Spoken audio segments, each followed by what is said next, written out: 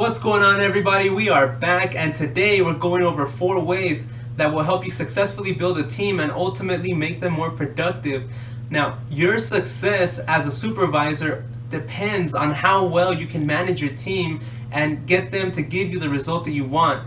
Now, you also have to make sure that you're the correct sort of supervisor that people want to work for. So for more information on that, check out my boss versus leader video that I made a few days ago. I'll put a link to that in the description below so you can check that out if you haven't already.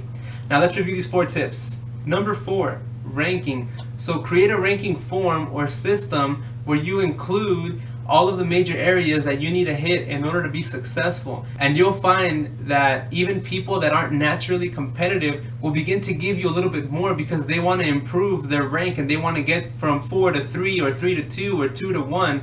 And when you do make this rank, make sure that you make it a big deal to the person or team that's on top. Make it a big deal. Make sure that everybody knows, that, hey, this person was number 1.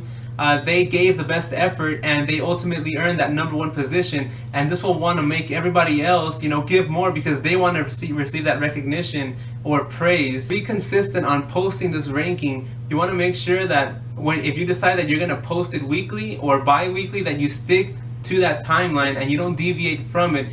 By doing so, you may find that it'll lose its value. So you want to make sure that you do post it whenever you say that you're going to post it. This way people know, hey, this Thursday that ranking is coming out. I really want to see how I did on the ranking, how my performance was overall. Did I make it? What areas did I not make it on? And then they themselves will target those areas and improve, and you'll be getting the better result, but because they want to improve themselves. So a ranking is a great tool. Make sure that you're using it because it could really help you out. Number 3, praise. We get so caught up on scrutinizing our employees on the things that they didn't do right and what they could have done better that we forget to praise them on the things that they are doing right. Now, you don't want to make it to where you're only targeting their areas of opportunity. You also want to recognize them for the areas and the things that they are doing right, because otherwise you're going to create this work environment that really isn't going to be too great. People aren't going to want to put their best foot forward. So make sure that you're praising them. Make sure that you don't forget to say things like nice job today, or recognize when they do something that they didn't necessarily have to do. And even especially don't forget to say thank you. A simple thank you can go a very long way, so make sure that you are saying it.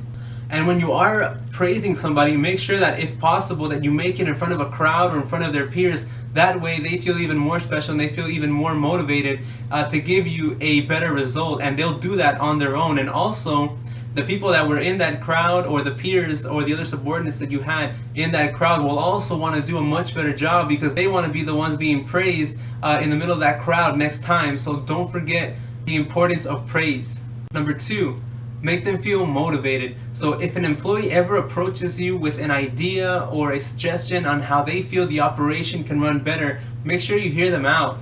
It took a lot of courage for that employee or subordinate to approach you in the first place, so you want to make sure that you give them the time of day, and they deserve to be heard out. So sit down with them, and even if you believe that idea may not work or it's flawed to a certain degree, you can work with them on that idea on how to improve it and make it better, and it may turn out to be something of tremendous value. Don't dismiss any idea that anyone may give to you, because if it is implemented, that person or employee is going to feel a part of the business or the operation, and they're going to want to do so much more to help you improve because they know that they can count on you and you're someone that supports them, so they're going to want to support you even more. Number 1, communication. Communication is the key to success to any team. Your team should never wonder what you think of them and their performance, because you should always be communicating that to them. They should know exactly what you believe their opportunities are, and they should also know what their strengths are, because that's your job as a leader, is to always be communicating. Have meetings where you communicate the goals and expectations. Even if it's only 5 minutes, you can take those 5 minutes and you can let them know the goals and the expectations and the targets that you want them to hit for that day. Make sure that they're also involved when you're having these meetings, so ask them questions. You can pick on them and tell them, well, what do you think about this? And if we do this way, do you believe it's going to work? And make sure you get them involved. That way, when they do give their opinion and their ideas and you agree to it, they're going to feel more motivated to do a better job for you that day. You also want to have small conversations or one-on-ones with your team. This way you can talk to them individually and sort of get that one-on-one time, and you can find out if they're missing anything in order for them to complete their job. You can find out if they're struggling with something. Maybe you can give them some good advice or good feedback. Overall and bottom line is communication is crucial to success. So make sure that you're communicating with your team constantly, and that will really help you in getting your team to that next level and getting them to succeed. Ultimately, happy employees get you success. So make sure that your employees are staffed and make sure that they're motivated. Follow these 4 keys and get your team on the right track. So there it is, everybody. 4 keys to help you get your team more productive and ultimately make you more successful. Let me know which one you thought was the most valuable, or if you had a few that you felt have worked for you. I'd really like to hear about those. Let me know what other sort of videos you'd like me to cover here on this channel, and I'll do my best to do so. Until next time.